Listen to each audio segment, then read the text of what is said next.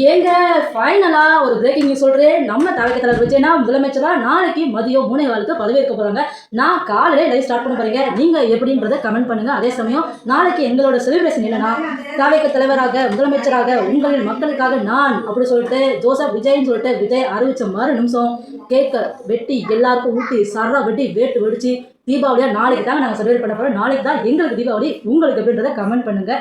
அதே சமயம் தவைக்க தலைவர் எம்எல்ஏக்கள் எல்லாருக்குமே என்னோட மனமார்ந்த வாழ்த்துக்கள். அதே சமயம் விஜயனா நீங்கள் முதலமைச்சராக இந்த மக்களுக்கு பண்ண போகிற நல்லதுக்கு எல்லாத்துக்குமே என்னுடைய மனமார்ந்த வாழ்த்துக்கள். கங்க்ராச்சுலேஷன்ஸ். அவர் முதலமைச்சராக ஆக நிற்க உதவி பண்ண எல்லாருக்குமே என்னோட நன்றிகள், மனமார்ந்த நன்றிகளை நான் தெரிவிச்சுக்கிறேன். மக்களே உண்மையிலே நான் ஹாப்பியாக இருக்கேன், அவ்வளோ ஹாப்பியாக இருக்கேன். ஏன்னா கிட்டத்தட்ட 4ஆம் தேதி ரிசல்ட் வந்துச்சு. இன்னைக்கு டேட் வந்து நாளைக்கு 10 அறிவிச்சிருக்காங்க அப்படின்னா கிட்டத்தட்ட 6 நாள் ஆகுது. அவர் முதலமைச்சராக பதவிக்க போகிற அந்த நொடிக்காக மக்கள் எல்லாருமே காத்துட்டு இருந்தோம். ஃபைனலாக நாளைக்கு 3:15க்கு வரப்போகுது. டைம் மறந்துடாதீங்க. நான் காலையிலேருந்தே என்னோட வீட்டில் full and full news channel ஓடிக்கிட்டே இருக்கும், லைவ் ஓடிக்கிட்டே இருக்கும். நீங்கள் எப்படின்றத கமெண்ட் பண்ணுங்கள். மறக்காமல் விஜய்னா கங்க்ராச்சுலேஷன்ஸ். மக்கள் எல்லாத்துக்கும் ஒரு சல்யூட், ஓட்டு போட்ட எல்லாத்துக்கும் ஒரு சல்யூட்.